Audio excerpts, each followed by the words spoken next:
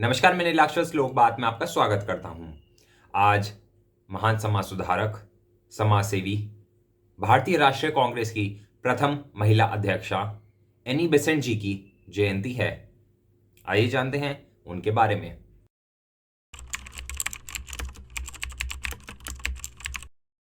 Annie Besant एक प्रसिद्ध theosophist, समाज सुधारक, राजनैतिक मार्गदर्शक, महिला कार्यकर्ता, लेखिका और प्रवक्ता थीं।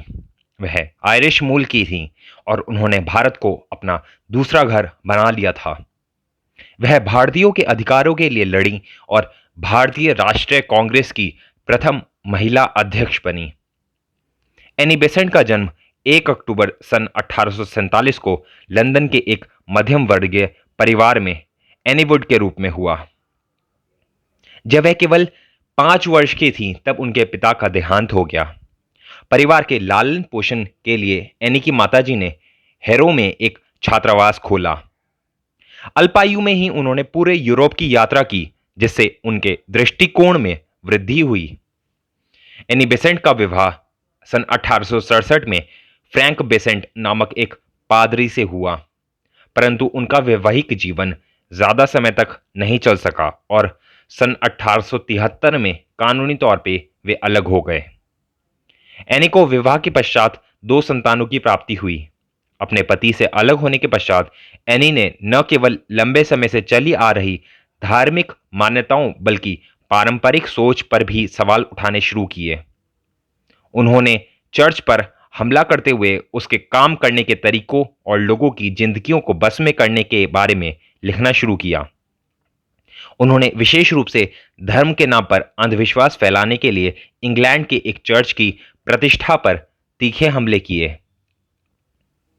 एनी बेसेंट ने महिलाओं के अधिकारों, धर्म निरपेक्षता, गर्भ निरोध, फेबियन समाजवाद और मजदूरों के हक की लड़ाई की लड़ी। वे भगवान से जुड़ने के लिए थियोसॉफी के तरीके से काफी प्रभावित हुई।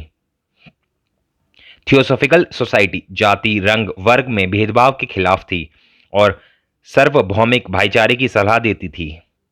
मानवता की ज्यादा से ज्यादा सेवा करना उसका परम उद्देश्य था। भारतीय थियोसॉफिकल सोसाइटी के एक सदस्य की मदद से वो वर्ष 1893 में भारत पहुंची।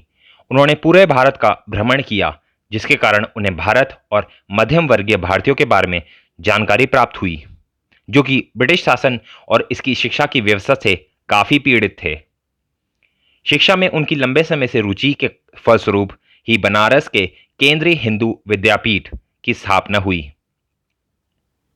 वे भारतीय स्वतंत्रता आंदोलन में भी शामिल हुई और वर्ष 1916 में होम रूल लीग, जिसका उद्देश्य भारतीयों द्वारा स्वशासन की मांग था, सन 1917 में वो भारतीय राष्ट्रीय कांग्रेस की अध्यक्ष बनी। इस पद को ग्रहण करने वाली वह प्रथम महिला थी। उन्होंने न्यू इंडिया नामक समाचार पत्र प्रकाशित किया, जिसमें उन्होंने ब्रिटिश शासन की आलोचना की और इस विद्रोह के कारण उन्हें जेल जाना पड़ा था। गांधी जी के भारतीय राष्ट्रीय मंच पर आने के पश्चात महात्मा गांधी और एनी बेसेंट के बीच मतभेद पैदा हुए, जिस वजह से वह धीरे धीरे राजनीति से अलग हो गईं। 20 सितंबर सन 1933 को मद्रास में एनी बेसेंट का देहांत हो गया। उनकी इच्छा के अनुसार उनकी अस्थियों को बनारस में गंगा में प्रवाहित कर दिया गया।